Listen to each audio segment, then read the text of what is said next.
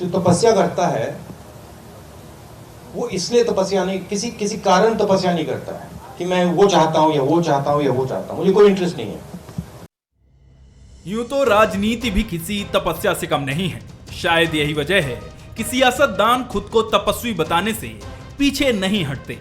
भारत जोड़ो यात्रा को राहुल गांधी ने उनके लिए तपस्या बताया था, यानी वो इशारों में खुद को तपस्वी कह रहे थे। एमपी कांग्रेस भी राहुल गांधी की इस लाइन पर अब आगे बढ़ती दिख रही है। पूर्व मंत्री और दिग्विजय सिंह के बेटे जयवर्धन सिंह ने सोनिया गांधी, राहुल गांधी और कमलनाथ समेत दिग्विजय सिंह को तपस्वी बताया कि आज अगर सिर्फ पूरे देश में नहीं पूरे विश्व में एकमात्र ऐसी हस्ती है जिन्होंने प्रधानमंत्री का पद त्याग किया है और वो त्याग तपस्या की प्रतिमूर्ति श्रीमती सोनिया गांधी जी हैं। और राहुल जी की यात्रा भी उनकी तपस्या थी। जब विधानसभा चुनाव हुए थे उस समय भी दिग्विजय सिंह जी ने तपस्या की थी, नर्मदा परिक्रमा की। पिछले 3 साल से कमलनाथ जी भी तपस्या कर रहे हैं। दिग्विजय और दूसरे वरिष्ठ नेताओं को तपस्वी बताने के पीछे जयवर्धन सिंह की क्या मंशा है, ये तो वही जाने। लेकिन उनके बयान ने बीजेपी को फिर दिग्विजय सिंह को घेरने का मौका दे दिया है। जाहिर है कि बीजेपी के लिए दिग्विजय सिंह सॉफ्ट टारगेट है, इसलिए बीजेपी ने भी बिना देर किए उनकी तुलना राक्षस से कर दी है। क्योंकि जयवर्धन जी के बारे में मैं कुछ कहूंगा तो थोड़े वो नाराज हो जाएंगे, और ठीक है, पिता को तो तपस्वी कहना ही चाहिए, उनका हक है, अधिकार है। लोगों का जीना हराम करके चौतरफा देश में अलगाववाद, आतंकवाद को पनपा देना, संस्कृति और सभ्यता पर घात कराना, ये तपस्वी नहीं होते हैं। ये तपस्वियों की तपस्या भंग करने वाले और उनके यज्ञों को तोड़ने वाले राक्षसी प्रवृत्ति होते हैं। कुल मिलाकर एमपी की सियासत में अब तपस्वी और राक्षस की एंट्री हो गई है, और बयानों की इस बाजीगरी में यकीनन टारगेट 2023 के विधानसभा चुनाव ही हैं। राजनीतिक विश्लेषकों का भी मानना है कि तपस्वी और राक्षस जैसे बयान छवि बनाने और बिगाड़ने का एक पैंतरा है, और जैसे जैसे चुनाव नजदीक आते जाएंगे वैसे वैसे एमपी की सियासत में ऐसे बयान सुनने को और भी मिलेंगे।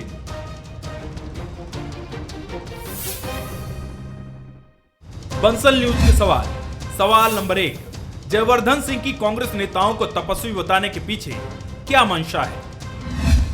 सवाल नंबर 2, क्या एमपी कांग्रेस राहुल गांधी की लाइन को ही आगे बढ़ा रही है? सवाल नंबर 3, क्या तपस्वी और राक्षस के बहाने छवि बनाने और बिगाड़ने की कोशिश है?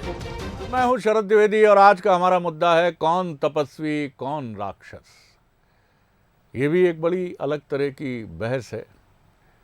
आप अपनी दृष्टि, अपनी सोच, अपनी चिंता, चिंतन, तमाम नज़रिए से आप परखने की कोशिश करिए मतदाता के लिए।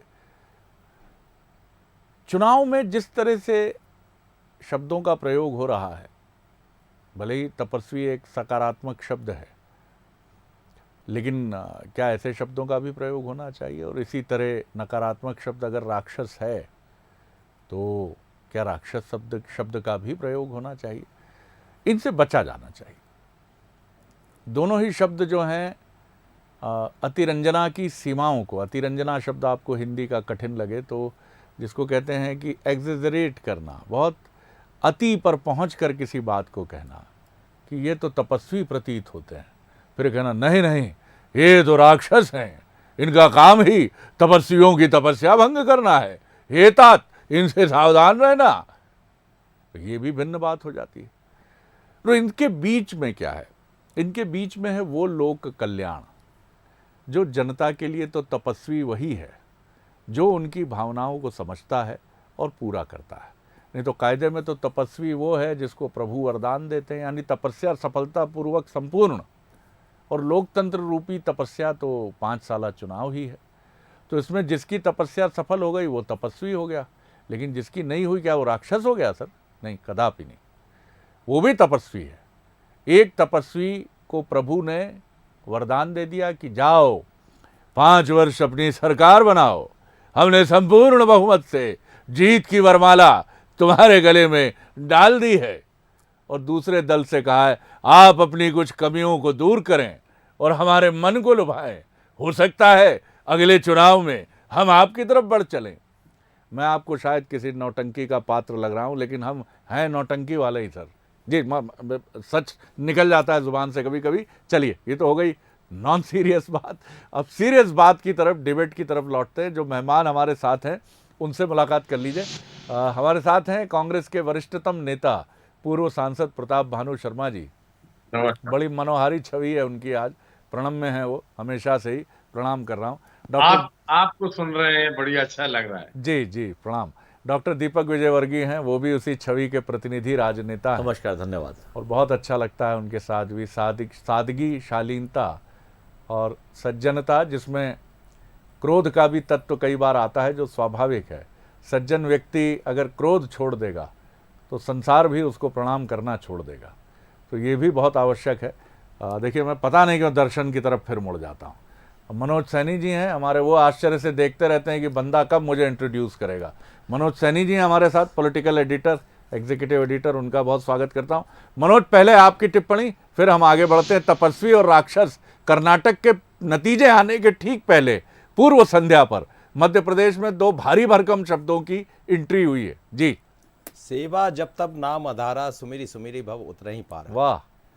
और जब तपस्वी की बात आ जाए, जब की बात आ जाए, तो शरद जी बहुत अलग मायने बदल जाते हैं। ये बात सच है कि जीवन में हम कहीं भी रहें, चूँकि आप भी अध्यात्म की बात कर रहे थे तो मैं भी अध्यात्म से शुरुआत कर रहा हूँ। कभी भी रहें, तप किसी भी विषय में हो सकता है। तप आप भी करते हैं, तप मैं भी करता हूँ। जब दिन भर हम लोग मेहनत करते हैं तो वो तप का हिस्सा ही होता है। लेकिन आप उसको लेकर कहाँ जा रहे हैं? राजनीति का भी तप है। यदि दिग्विजय सिंह ने निश्चित रूप से नर्मदा की परिक्रमा की, लगातार वो पैदल चले, या राहुल गांधी चले, तो ये भी एक तपस्वी या तपस्या ही कहा जाएगा। लेकिन राजनीति के मायने बहुत अलग है। राजनीति में तो जो जितनी मेहनत करेगा, सेवा संयम दिखाएगा, उसको उसका लाभ मिलेगा। और शायद यही कहना रहा होगा जयवर्धन सिंह का। पर अब उसको लेकर जब दिग्विजय सिंह की बात आ जाती है तो भारतीय जनता पार्टी के नेता तमाम उसको अलग तरह से लेते हैं, क्योंकि दोनों के बीच की अदावत बड़ी पुरानी। जब उनको मौका मिलता है तो वो भी बोलते हैं।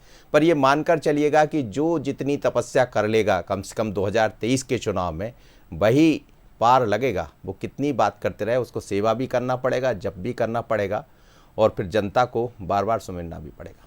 बिल्कुल आपने सही कहा। लेकिन राक्षसी प्रवृत्ति की जहाँ तक बात है तो वो बहुत अलग हो जाता है, क्योंकि अब कोई इस प्रवृत्ति का रहा नहीं। सब लोग बहुत समझदार हैं, चाहे बीजेपी की बात करें, कांग्रेस की बात करें, और जनता उनसे ज़्यादा समझदार है। लेकिन कई बार अब जिस तरह की शाब्दिक हमले की परंपरा हो चली है, जहरीले सांप से लेकर कहाँ कहाँ तक हम हो आए हैं, किन किन गलियों और घाटियों से गुजर आए हैं, उसमें जाने की ज़रूरत नहीं है। क्योंकि जिन चीज़ों का कोई सार बहुत अधिक ना निकले, वहाँ उस तरफ जाना नहीं चाहिए। डॉक्टर दीपक विजयवर्गीय जी, आपने सुना, तपस्या की बात हम सभी करते हैं और अपने कर्म को सभी तपस्वी की भांति देखते हैं और उसका गुणगान भी करते हैं, जरूरी भी है। लेकिन आप यहाँ कांग्रेस और बीजेपी के राजनीतिक तपस्वी और राक्षस तत्व को किस तरह देखते हैं? देखिए, मैं समझता हूँ कि भारतीय राजनीति में बहुत और त्याग और तपस्या की मूर्ति कहे जाने वाले लोग रहे हैं, जिनका जीवन बहुत पारदर्शी रहा है, बहुत त्यागपूर्ण रहा है। लेकिन भारतीय राजनीति में कभी किसी ने तपस्वी होने का दावा नहीं किया, क्योंकि तपस्वी जो भारत की परंपरा में हमारा जो ज्ञान है, तपस्या तो इन सारी चीज़ों से, लोभ लालच और तमाम चीज़ों से ऊपर उठकर की जाती है। और जो भी भारतीय राजनीति में दुनिया के किसी भी प्रपंच में उलझे हुए लोग हैं, वो अपने आप को तपस्वी होने का दावा करें, ये मैं समझता हूँ कि उनके अज्ञान का ही प्रतीक है जी। दूसरी बात यह है कि भारतीय राजनीति में, जैसे मैंने पहले कहा, बहुत तपस्वी लोग हुए हैं। गांधी जी हुए हैं, डॉक्टर लोहिया हुए हैं, दीनदयाल उपाध्याय जी हुए हैं, जिनका जीवन संत से कम नहीं था, लेकिन उन्होंने कभी तपस्वी होने का दावा नहीं किया। अब इस बीच में राहुल गांधी जी अचानक आते हैं पिछले दिनों और वो कहते हैं साहब मैं तपस्या कर रहा हूँ। तो मैं समझता हूँ राहुल गांधी जी की जो वक्तव्य है उसको एक बार माफ़ किया जा सकता है, क्योंकि बहुत सारे उनके बचपने युक्त काम होते हैं, क्योंकि उनको भारतीय समाज की, भारतीय शब्दावली की और मान्यताओं की इतनी समझ नहीं है, ऐसा मान के छोड़ा जा सकता है। लेकिन जयवर्धन सिंह तो मैं समझता हूँ ऐसे परिवार से आए माने जाते हैं जिनको इन शब्दों का मालूम होना चाहिए अर्थ। लेकिन चमचागिरी करते हुए और यहाँ तक पहुँच जाना, मैं समझता हूँ पहले हमारे यहाँ इस तरह की परंपरा नहीं है कि राजनीति करते हुए अपनी पार्टी के बड़े नेता को, अपने पिताजी को, या अपनी पार्टी के और जो आपका राजनीतिक भविष्य तय करने वाले लोग हैं, उनको तपस्वी बता दिया जाए। भगवान तक तो बताते रहे लोग, लेकिन तपस्वी और तपस्या करने वाला किसी ने नहीं बताया, क्योंकि तपस्या उससे भी बड़ी चीज़ है। तपस्या उससे भी बड़ी चीज़ है। तो मेरा जयवर्धन सिंह जी को इतना ही मैं सलाह दे सकता हूं, क्योंकि हम पिछले 25-30 सालों से उनके पिताजी पे आरोप लगाते रहे, तो वो बहुत छोटे उम्र में, उनको राहुल गांधी का कम से कम अनुगमन नहीं करना चाहिए और ऐसी शब्दावली का उपयोग नहीं करना चाहिए जिससे वो हंसी के पात्र बने। डॉक्टर साहब, वैसा आरोप लेकिन अभी तक नहीं आया, जैसा अभी रामेश्वर जी ने जो बात कही वो आरोप नहीं आया। नहीं, देखिए मैं बताऊं, राक्षस तो लोग, मैं 100 साल की राजनीति में देखो वो आरोप लगाते रहे लोग, लेकिन मैं तपस्वी हूं ऐसा किसी ने नहीं कहा। मेरे पिताजी तपस्वी राजनीति में ऐसा किसी ने नहीं कहा, या मेरी पार्टी का मुखिया तपस्वी ये किसी ने नहीं कहा, क्योंकि तपस्या बहुत बड़ा शब्द है। क्या मैं ये अर्थ लगाऊं कि तपस्वी आएगा तो राक्षस भी आएगा? नहीं, अब वो राक्षस मैं फिर कहूंगा, राक्षस शब्द का इस्तेमाल पिछले 100 साल से लगातार होता रहा है, लेकिन किसी नेता ने ये दावा नहीं किया कि मैं तपस्वी हूं, क्योंकि जैसा मैंने कहा कि चमचागिरी करते हुए लोगों ने भगवान तक बताया अपने नेताओं को, वहां तक तो ठीक है, लेकिन तपस्या शब्द उससे भी बड़ा है। और मेरा जयवर्धन सिंह या तमाम दूसरे नेताओं से आग्रह है कि तपस्या, तपस्वी शब्द, राहुल गांधी को माफ़ किया जा सकता है क्योंकि उनको समझ नहीं होगी भारतीय शब्द परंपरा की, लेकिन जयवर्धन सिंह को हंसी का पात्र बनेंगे और राहुल गांधी की परंपरा का नेता समझा जाएगा, ऐसी मेरी उनको सलाह है। इसलिए इस तरह के शब्दों का इस्तेमाल ना करें। प्रताप भानु जी काफ़ी सख्त शब्दों में, विनम्रता से, शालीनता के आवरण के साथ डॉक्टर दीपक विजयवर्गीय जी ने करारा प्रहार करने का भी प्रयास किया है कि राहुल जी के बारे में जो कहा वो भी आपने सुना, और उन्होंने कहा तपस्वी कहना ही अक्षम्य है, ये तो किसी भी तरह से उपयुक्त नहीं है कि अपने को तपस्वी कहना। तो उनका ये भी कहना है कि चलिए शायद कुछ त्रुटि हुई हो दिग्गज नेता से, लेकिन जयवर्धन जी क्यों कर रहे हैं ये समझ से परे। बहरहाल आप किस तरह देखते हैं? देखिए शरद जी, हमें दोनों चीजों की विवेचना करना होगी। एक तो ये जो रामेश्वर शर्मा कह गए राक्षस, उसको अप्रत्यक्ष रूप से दीपक जी समर्थन कर रहे हैं, जो राजनीति में नहीं होना चाहिए। आपने बहुत साफ शब्दों में कह दिया, इस तरह के शब्दों का कोई प्रयोग नहीं होना चाहिए। और दूसरी बात ये स्पष्ट करना चाहूंगा कि ना तो राहुल गांधी ने स्वयं खुद कहा कि वो तपस्वी हैं, ना दिग्विजय सिंह जी ने स्वयं कहा कि वो तपस्वी हैं, ना कमलनाथ जी ने कहा कि वो तपस्वी हैं, ना सोनिया गांधी ने कहा तपस्वी हैं। यदि कोई कार्यकर्ता या दिग्विजय सिंह जी के बेटा सम्मान में तपस्वी शब्द का उपयोग करते हैं तो उसे राजनीतिक चश्मे से इस तरह से जवाब नहीं देना चाहिए जो रामेश्वर शर्मा ने दिया है। इससे उन्हीं की सोच, उन्हीं की राक्षसी प्रवृत्ति या उनके अंदर की भावना। आप बहुत विद्वान हैं शर्मा जी, आप बहुत विद्वान हैं, मैं आपसे तो अपेक्षा रखता हूं। उन्होंने भी स्पष्ट रूप से एकदम ये नहीं कहा कि ये राक्षस हैं, उन्होंने उस शक्ति के, मैं उनका कोई बचाव नहीं कर रहा हूं, जो कहा है उन्होंने, हमने भी सुना है, आपने भी सुना है, लेकिन आपसे तो मेरा आपसे तो मेरी अपेक्षा है, आपके पास न भाषा के लालित्य की कमी है न विद्वता की कमी है। जी जी, मैं बता देता हूं आपके लिए, वो आपने कहा है तो आपकी बात का भी जवाब दे दूंगा। जी जी, तपस्वी माने साधना करने वाला। बिल्कुल ठीक जी। योग है कर्मसु कौशलम, वाह, कर्म की श्रेष्ठता ही योग है जी, और योग ही तपस्या है। बिल्कुल ठीक है जी। इसमें कोई आपको संदेह है या इसकी विवेचना मैंने सही नहीं करी क्या? नहीं, बिल्कुल ठीक की आप। और यदि कोई कर्म की श्रेष्ठता करके योग हासिल करता है या तपस्वी का एक हम लोगों के मन में स्थान बनता है, तो उसका प्रत्युत्तर जिस तरह से दिया गया वो नहीं दिया जाना चाहिए। और दीपक विजयवर्गीय जी ने कहा, मैं उनका सम्मान करता हूं, दीपक जी ने, लेकिन दूसरे शब्द की तरफ बिल्कुल भी तवज्जो नहीं दी सर। नहीं, पर मैं बता रहा हूं, मुझे उसका उल्लेख करना आवश्यक था क्योंकि आपने उसका उल्लेख किया है जी। पर दीपक विजयवर्गीय जी की ये शालीनता है जी, हाँ, उन्होंने उसे तरजीह नहीं दी जी। उसको राजनीति में ऐसे शब्दों का प्रयोग नहीं होना चाहिए, इस बात को कहा। मैं हृदय से प्रशंसा करता हूं जी, और आप भी यही कह रहे हैं, मैं भी यही कह रहा हूं। मैं आपकी प्रशंसा करता हूं कि आपने डॉक्टर दीपक विजयवर्गीय जी की प्रशंसा की, और मैं ये भी प्रशंसा करूंगा कि बीजेपी को टक्कर दे रहे हैं आजकल सनातन मूल्यों की परिभाषा में कांग्रेस जो है। और मैं ये कह रहा हूं कि आप जिस तरह से अद्भुत तरीके से आजकल व्याख्या कर रही है कांग्रेस, और खासतौर से हमारे प्रताप भानु जी, अद्भुत है, प्रणम्य है, स्तुत्य है, नहीं, नमन है। ये जी जो सच है, हम आरोप नहीं लगा रहे। जी आप तो जोड़ लीजिए ना, योग है कर्मसु कौशलम, जी जी कार्य की श्रेष्ठता ही योग है जी। और योग ही तपस्या है। जी हाँ। आप दुनिया की किसी भी डिक्शनरी में देख लीजिए, इन तीनों का संबंध मिलेगा। और जो काम कर रहा है, राजनीति में कर रहा हो, किसान यदि मेहनत कर रहा है, मजदूर यदि मेहनत कर रहा सारे है, कर्म जो तो वो है तपस्या बिल्कुल कर रहा है, सही। कर्मयोगी है, तपस्वी कर्मयोगी है। कर्मयोगी। ऐसे शब्दों का प्रयोग करना चाहिए, अच्छे शब्दों का चयन करना चाहिए जो राजनीति के क्षेत्र में है। हल्के चलिए शब्द जी, उनके मैं मुंह से आता अच्छे हूँ, नहीं लगते। मैं आता हूँ। मनोज, मुझे लग रहा है कि ये एक झलक है 6 महीने पहले होने वाले चुनाव के पूर्व। अब तपस्वी भी हमको मध्य प्रदेश विधानसभा में इस शब्द से जुड़े, इसके पर्यायवाची, इसके सिनोनिमस वो भी मिलेंगे, और इसके जिसको आप कहते हैं कि विपरीत जो हैं, उलट, वो भी हमको मिलेंगे। और यही टक्कर हमने कर्नाटक में भी देखी है, और पूर्व संध्या पर नतीजे आने के एक दिन पहले हम इस पर बात कर रहे हैं। कुल मिलाकर भाषा का सौंदर्य, भाषा की जो गठन है, उसका जो लालित्य है, वो बात जितनी प्रभावी और असरदार लगती है, जो बहुत तरीके से और सलीके से कही जाती है।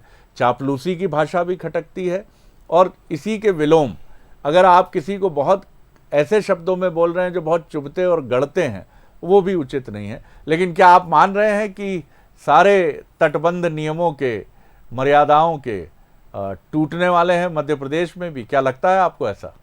देखिए, यदि तपस्वी की बात आई है शरद जी, तो फिर इसको हिंदुत्व से भी जोड़ सकते हैं हम, कि हिंदुत्व, सनातन, जिसकी हम लगातार बात कर रहे हैं, तो ये भी इस बार के चुनाव में दिखेगा। जो लगातार आप देखिए, कांग्रेस यदि उससे पीछा छूटती थी, थोड़ा सा पीछे रहती थी, तो बराबरी कर रही भगवा यात्रा निकालने की तैयारी में। और जब बात भगवा की होगी तो फिर हम धर्म की बात करेंगे, सनातन की बात करेंगे, तपस्या, जप, कर्म सब सामने आ जाएगा। लेकिन उसके ठीक उलट कुछ ऐसे बयान भी सामने आ रहे हैं जिसका आप जिक्र कर रहे हैं, तो निश्चित मान के चलिएगा कि कमर से नीचे भी बार होंगे, जो दिखाई दे रहा, ईश्वर ना करें कि वो सब चीज़ें होंगी। क्योंकि मध्य प्रदेश की जो राजनीति, जो सियासत रही है, काफ़ी अच्छे लोग हैं, चाहे शिवराज जी की बात करें, कमलनाथ जी की बात करें, खुद दिग्विजय सिंह भी। लेकिन हमें लगता है कि ये भाषाई जो मर्यादा है, इसको लांघा जाएगा। पर इससे संभलने की ज़रूरत होगी, क्योंकि जनता इन सब चीज़ों से बिल्कुल नहीं समझना चाहती। जनता को सीधा मकसद है कि आप काम की बात करिए, विकास के मुद्दों की बात करिए, आपने क्या किया 1.5 साल में आप बता दीजिए, आपने क्या किया 18 महीने में वो बता दीजिए। लेकिन इस बीच में एक सॉफ्ट कॉर्नर रहता है, वो है हिंदुत्व का कॉर्नर, तो उस पर भी चलेंगे। और जब जब इसकी बात होगी तो हमें लगता है फिर उसमें जिस तरह की भाषाई मर्यादा आज लांघी गई या बात हुई है, तपस्वी की बात भी होगी, राक्षस की बात भी होगी, राम की बात भी होगी। लेकिन ज़्यादा बेहतर है कि राम की बात पर आगे बढ़ते रहें, क्योंकि वो एक ऐसा आदर्श राज्य था जिसकी कल्पना सभी करते हैं और आम जनता भी करती है। राम से कृष्ण तक भी आने में कोई चुनौती और कोई समस्या नहीं है। आप रामायण से कुरुक्षेत्र तक भी आते हैं, जहाँ मूल्य, नियम, मर्यादाएं भग्न हुई, लेकिन ये माना गया कि जिसने भी किया है, स्वयं कृष्ण भी इससे परे नहीं है। अगर उन्होंने मूल्यों और नैतिकता का हनन किया है कथित रूप से, तो वो स्वयं मानते थे कि वो भी इसका दंड भुगतने के लिए प्रस्तुत हैं और तैयार हैं। और पूरे कुरुक्षेत्र में हार और जीत के दोनों पक्षों को आप देखेंगे तो उन्होंने खासी कीमत चुकाई है इसकी। बहरहाल, डॉक्टर दीपक विजयवर्गीय, ये एक बड़ा प्रश्न तो है ही सर, लेकिन स्क्रिप्ट लिखने वाले लोग भी राजनीति में एंटर कर चुके हैं। ये निजी एजेंसी वाले भी हैं, कुछ कहा जाता है कि और भी लिखने पढ़ने वाली सलीके वाली बिरादरी के लोग भी हैं। लेकिन डायलॉग तो वही याद रहता है सर जो कालजयी होता है। जिस तरह से दीवार के डायलॉग हैं, जंजीर के डायलॉग हैं, वो डायलॉग याद नहीं रहते जो 90 के दशक में दक्षिण भारत की फिल्मों में लिखे गए, जिनको द्विअर्थी भी कहा गया। तो आपको ये भी अगर अपने को लंबे समय तक शाश्वत बनाना है, तो एक सुविचारित कैंपेन, एक सुविचारित शब्दावली और अपने प्रतिद्वंद्वी पर भी कमर के नीचे वार न करने की शैली, बीजेपी इसके लिए पहचानी जाती रही है। देखिए, सबसे पहली बात तो मैं आदरणीय प्रताप भानु शर्मा जी को सदाशता के लिए उनको धन्यवाद देता हूं जी। दूसरी बात यह है कि आपने जो स्क्रिप्ट राइटिंग की बात कही, सारी समस्या वहीं से पैदा होती है। राहुल गांधी जी हों, सोनिया गांधी जी हों, उनकी जो अनुभव है, ज्ञान नहीं कहूँगा मैं क्योंकि किसी ज्ञान को चुनौती नहीं दी जा सकती, लेकिन जो अनुभव है नीचे तक महसूस करने का, उसकी कुछ सीमा है। किसी भी बड़े राजनेता के साथ ऐसा हो सकता है, लेकिन उस सीमा में जब कुछ ऐसी स्क्रिप्ट लिखी जाती है जो उनके अनुभव से मैच नहीं खाती हो, तो वो फिर स्क्रिप्ट जो है उनके जीवन और उससे उसमें गैप पैदा होता है और वो कम्युनिकेशन में नीचे तक उतरने में संभव नहीं हो पाता है। और इसी से कई बार हास्य का पात्र बनता है मनुष्य, और इसी की वजह से कई बार गहरी आलोचना का पात्र भी बन जाता है। जैसा मोदी जी के संबंध में कई वर्ष पहले सोनिया जी ने एक भाषण में कुछ शब्द कह दी थी, हो सकता है उनको उनका एग्जैक्ट मतलब नहीं मालूम हो, लेकिन सारे चुनाव की धारा कांग्रेस के खिलाफ हो गई थी शब्दों की वजह से। तो ये स्क्रिप्ट राइटरों के भरोसे होना ये बहुत नुकसान का खेल है। और कांग्रेस पार्टी अपनी धर्म सम्मत छवि बनाने के लिए, क्योंकि कांग्रेस को ऐसा लगता है कि भाजपा से मुकाबला करने के लिए भाजपा की छवि एक हिंदुत्वनिष्ठ राजनीतिक दल की हो गई, ऐसा उनको लगता है। इसका मुकाबला करने के लिए उनको भी हिंदुत्वनिष्ठ होना पड़ेगा, फिर उसके लिए उनको अपनी छवि में ऐसे शब्दों का इस्तेमाल करना पड़ेगा। हम लगातार पिछले कुछ वर्षों से देख रहे हैं कि राहुल गांधी जी लगातार किसी मंदिर में जाते हैं, फिर खास तरह का टीका लगाते हैं, फिर कुछ और पगड़ी पहन लेते हैं, लेकिन कई बार वो सारी चीज़ें मैच नहीं करती, क्योंकि उनको खुद को भी उसकी समझ नहीं है और वो उनके व्यक्तित्व से भी मैच नहीं करती, और फिर हंसी का पात्र बनते हैं ऐसी शब्दावली भी। तो मेरा आग्रह है कि जो राजनीति में जनता सब कुछ समझ रही है, कौन क्या है सब समझती है, जो आप जिस रूप में है उसी रूप में सामने आइए। और अब ये स्क्रिप्ट लिखने वाले तो लिखेंगे, आपकी शख्सियत को चमकाने का दावा करने वाले चमकाने की कोशिश का दावा करेंगे, लेकिन अगर व्यक्ति को इतना आकलन नहीं है कि मुझे किस रूप में देखा जा रहा है, वो कितनी मुझसे अपेक्षा है, इससे इतर जाऊंगा तो हंसी का पात्र बनूंगा, तो निश्चित तौर पर उस पार्टी को और व्यक्ति को खुद को नुकसान होने वाला है। प्रताप भानु जी, चूंकि ये दोनों शब्द सनातन परंपरा से कहीं ना कहीं किसी न किसी रूप में अभिन्न रूप से जुड़े हैं, तपस्या और दूसरा आसुरी शक्तियाँ या राक्षसी शक्तियाँ। मंडन मिश्र और शंकराचार्य जी का जब शास्त्रार्थ हुआ तो एक प्रश्न ऐसा आया जो गृहस्थ आश्रम से जुड़ा था, मंडन मिश्र जी की तरफ से उछाला गया। तो शंकराचार्य जी ने कहा, क्योंकि वो निष्णात थे अपने समय योग विद्या तमाम चीज़ों में, तो उन्होंने कहा मैं शरीर छोड़कर इसका अनुभव लेने के लिए गृहस्थ आश्रम में प्रवेश करूँगा। और जैसी कथा है, मान्यता है कि उन्होंने काशी नरेश जिन्होंने प्राण छोड़ा था उनके शरीर में परकाया प्रवेश किया, और उस अनुभव को गृहस्थ आश्रम के लेने के उपरांत वो लौटे और फिर उस विषय पर उन्होंने उत्तर दिया। ये बिल्कुल ठीक बात है कि कुछ जो विषय होते हैं, आप अंतरिक्ष विज्ञान पर सहज रूप से नहीं बोल सकते, भारतीय सनातन परंपरा पर बिना उसके अध्ययनशीलता के नहीं बोल सकते, और हम पत्रकारों के लिए, और माफ़ कीजिएगा कई बार आप राजनेताओं के लिए भी कहा जाता है कि हम लोग फटाफट बोल तो देते हैं, क्या बोल रहे हैं ये समझने में प्रॉब्लम करते हैं। तो तोल मोल के बोल, ये मंत्र तो बहुत साफ है प्रताप भानु जी। जी हाँ, पर हम ये देख रहे हैं कि ये परंपरा भाजपा से शुरू हुई जी। मुख्यमंत्री होने के बाद साध भी कोई नहीं रह जाता, सांसद होने के बाद साध भी कोई नहीं रह जाता, फिर वो राजनेता हो जाते हैं। फिर हम उस साधु साध्वी और राजनेता, इसका अर्थ भी हमें समझना होगा। जैसा आपने बताया, तपस्या क्या है, तपस्वी क्या है, साधु क्या है, साध्वी क्या है, ये बराबर से लागू होता है। पर यदि इसका राजनीतिक प्रयोग हुआ है तो कांग्रेस ने नहीं किया कभी भी, ये भाजपा की तरफ से ये प्रयोग हुआ शुरू। इसलिए इस पर यदि किसी के सम्मान में इन शब्दों का प्रयोग हो रहा है तो हमने कांग्रेस ने कभी आपत्ति नहीं करी है। और यदि जयवर्धन सिंह कहते हैं इस बात को कि ये तपस्वी हैं, उनकी भाषा पर या उनके इस शब्द पर भाजपा के किसी नेता को आपत्ति उठाने का कोई अधिकार नहीं है। उसका राजनीतिकरण तो भारतीय जनता पार्टी ने और उस नेता ने किया है जिसने गलत शब्द का प्रयोग किया है। उन्होंने सम्मानजनक उपयोग किया, सम्मानजनक शब्द का प्रयोग किया, सम्मानजनक तरीके से उसका जवाब दिया जा सकता था या उसे इग्नोर किया जा सकता था, परंतु उनके जवाब देने से आज का ये इश्यू बन गया, आपका आज का मुद्दा बन गया। ये कहां से मुद्दा पैदा हुआ? ये ऐसी चीजें, कई चीज फॉरगेट एंड फॉरगिव हो जाती हैं। ये आपने बड़ी बात तो जरूर कही है, और जो बातें आपने और भी कही हैं, लेकिन मैं फिर कहूंगा कि हर मसला यहाँ जनता की अदालत में जाता है। चाहे वो कर्नाटक चुनाव में मल्लिकार्जुन, सर हम लोग जाएंगे जनता की अदालत में जाएंगे। जी जी, नहीं बीजेपी भी जा रही है सर, आप भी जाएंगे। लोकसभा नहीं, लोकतंत्र का मजा ही ये है जी। सत्ताधारी दल को आप कैसे कैसे कैसे ये कहेंगे कि वो नहीं जा रहे हैं? वो भी जा रहे हैं, आप भी जा रहे हैं। जनार्दन है जी, बिल्कुल ठीक है। जनता भगवान है और हम पुजारी हैं जी। ये मतलब मैं अंतर करना भूलता जा रहा हूं कि बीजेपी कौन है, कांग्रेस कौन है।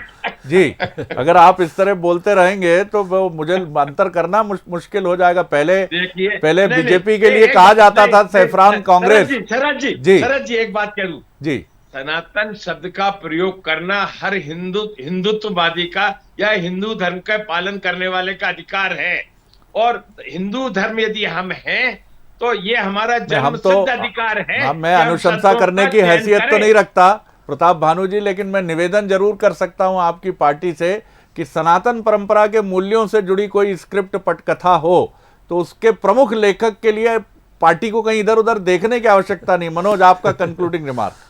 आप हाजिर हैं, आपसे लिया जा सकता है वो सहयोग। धन्यवाद, मैं तत्पर रहूंगा अगर आप कहेंगे।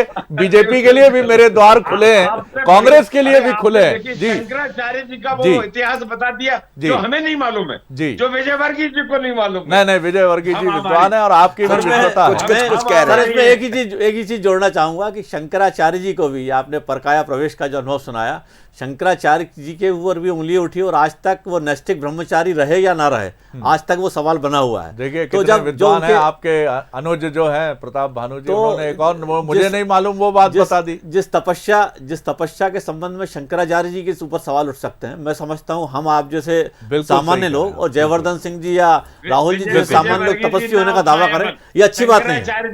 ये अच्छी बात नहीं है। नहीं, किसी पर कोई प्रश्न नहीं है। जी, मुझे लगता है शरद जी तप का जो आशय है वो मेहनत से करना चाहिए, और तप तो सभी को करना है 2023 के लिए, चाहे वो बीजेपी हो या कांग्रेस। लेकिन तपस्या शब्द निश्चित रूप से बड़ा हो जाता है, उसकी कल्पना, उसकी बातें जब करेंगे तो एक बड़े रूप में चले जाएंगे। पर मुझे लगता है जो जितना बेहतर तप कर लेगा उसको उसका लाभ मिल जाएगा। और जनता जनार्दन वो भगवान के रूप में है लोकतंत्र में, जो अच्छे तप का निश्चित रूप से उसका फल देगी। अब कौन कितना बेहतर तप दार्शनिक आज की चर्चा रही है, तो एक हिंदी फिल्मों में भी बड़े अद्भुत गीत कई बार मैंने सुने हैं, लेकिन ये 2000 के आसपास की एक फिल्म का गीत था कि आवारापन बंजारापन एक खला है सीने में, थोड़ा अच्छा हूं थोड़ा बुरा हूं अपने भीतर अपने सीने में। यही मनुष्य की कहानी है। आप अच्छा भी गा सकते हैं सर। जी, ये हम अच्छे भी हैं, हमारे भीतर तपस्या का तत्व भी है। मन में भी कोई गाना है लगता है। जी, चुनाव के पहले तो हम गाएंगे ही सर, आपके लिए भी गाएंगे और बीजेपी के लिए भी गाएंगे, लेकिन इस गाने का वो अर्थ मत लगाइएगा। एक लाइन जरूर सुन लीजिए, भले भी हम बुरे भी हम, लेकिन सबका नाम सबको याद रखना पड़ेगा, उनका नाम बनारस बाबू। वाह वाह, बहुत बहुत शुक्रिया आप तीनों का। आगे देखिए छत्तीसगढ़ आज का मुद्दा, चावल पर चैलेंज।